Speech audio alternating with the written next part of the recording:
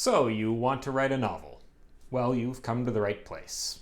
Or at least you've clicked on the right video. You didn't actually go anywhere, I'm guessing.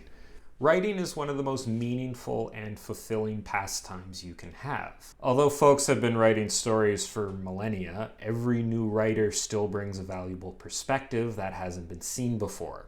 However, writing a novel is a bit of a daunting task, especially if you've never done it. Hell, it's daunting even if you have done it. If you've been struggling with where to start when writing your novel, this series of videos will break down some of the steps you need to take to put your ideas on the page, and hopefully make the whole process a little less overwhelming. Today, we're going to talk about the different elements you need to consider when putting a story together. In subsequent videos, we'll talk about the actual process, maintaining motivation, and setting goals while you actually write your novel. Today is mainly focused on figuring out what exactly your novel is about. As I've said so eloquently in the past, stories are about characters somewhere doing something. There are different ways to break a story down into its constituent parts, but for the purposes of this video, I'm going to talk about characters, setting, and conflict. Conflict being the events and plot of the story, characters being the people or other entities taking part in the story, and setting being the environment where the whole story takes place. We're going to ignore the more nebulous elements like tone and theme because you really don't need to concern yourself with those if you're just starting out. Breaking down a story this way can help you understand where your idea needs to be fleshed out. For example, you might have an idea for an interesting character but don't have a setting to put them in or a plot for them to work through. You're going to need to come up with both of those things if you want to actually have a story. I've got videos that cover these different elements in more detail, but here are some basic things that you need to consider for your setting, characters, and conflict. If you aren't intimately familiar with the planned setting for your story, you may need to do some research. If your setting is 1970s Brooklyn or Renaissance-era Austria or the ancient Roman Empire, you'll need to know how these locations looked and felt, what kind of food people ate, how they dressed, what the laws and customs were like, what the weather was like. If you're writing science fiction or fantasy, you need to know the same stuff, except in those cases, you likely won't be researching a real-world place and instead will be crafting your own setting. Whichever type of setting you're writing in, don't let the research or the world building overwhelm you. World building can be a lot of fun, and researching a locale or area or era that you find interesting can quickly spiral into endless research. Spending too much time figuring out setting details to the detriment of actually writing your book is going to be a problem. If you find this process a little bit overwhelming, remember that you don't need to cover or understand every detail about your setting, only what's important for the story. This applies both for real-world settings and speculative ones. And if you find you're missing something in the first draft, you can always go back and add that element in later. For now, think about the setting elements that are relevant to your plot and that add extra impact to your plot, or are the elements that are likely going to be important for your characters. On the subject of characters, probably the most complicated element we're talking about today are characters. I mean, have you ever met a person in real life? These people are hard to understand sometimes. A lot of emphasis gets placed on creating beautiful settings or building exciting plots, but populating either one with bland or uninteresting characters is a recipe for a bad story.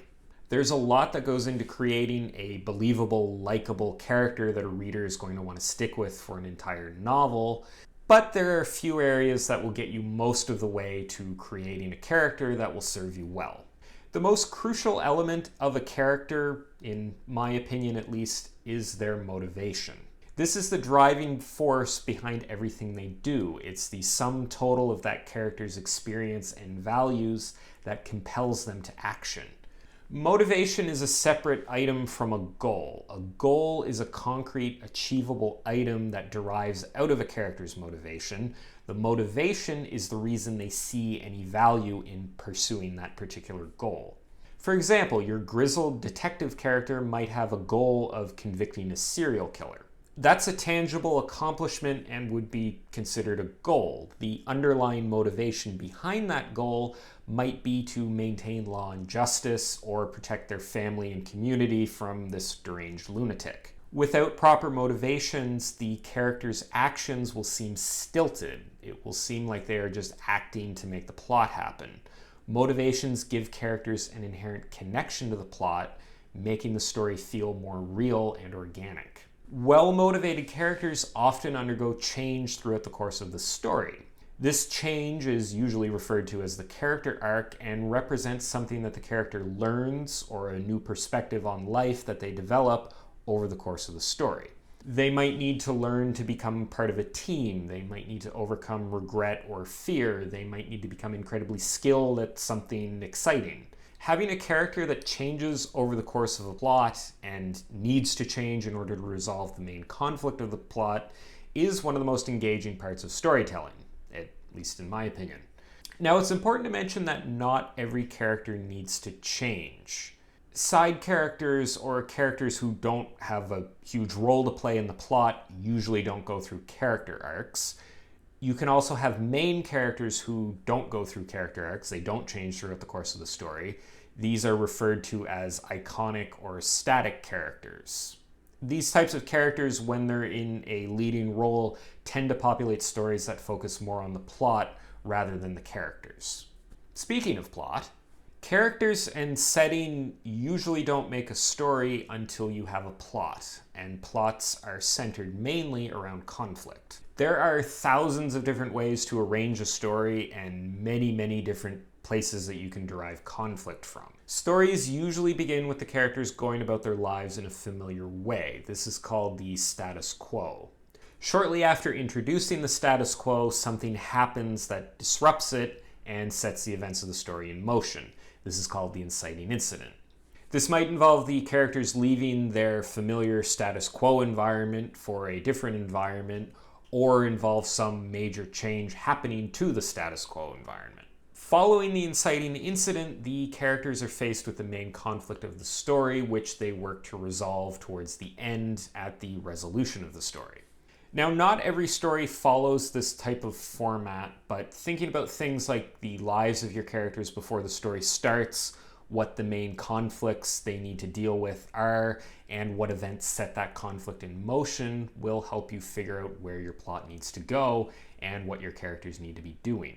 A plot is an interconnected series of events. Later events are caused by earlier ones, and all events result from the actions of the characters as they try to resolve the conflict of the story and achieve their goals. My biggest piece of advice here is to make sure that you're thinking up lots of conflict to put into your story, because conflict is what makes stories interesting. I've got a lot of other videos to help you with plot and all of the other elements we've talked about today in much more detail, but hopefully this is enough to get you thinking. Next week, we'll talk about how you should actually approach writing your novel, drafting and writing habits and all those sorts of things. Until then, I hope you enjoyed this video and found the advice in it useful. If you want to see more stuff like this, you can check out all my other writing advice related videos and subscribe to my channel. I post new videos every Wednesday. Thanks for watching, and I'll see you next time.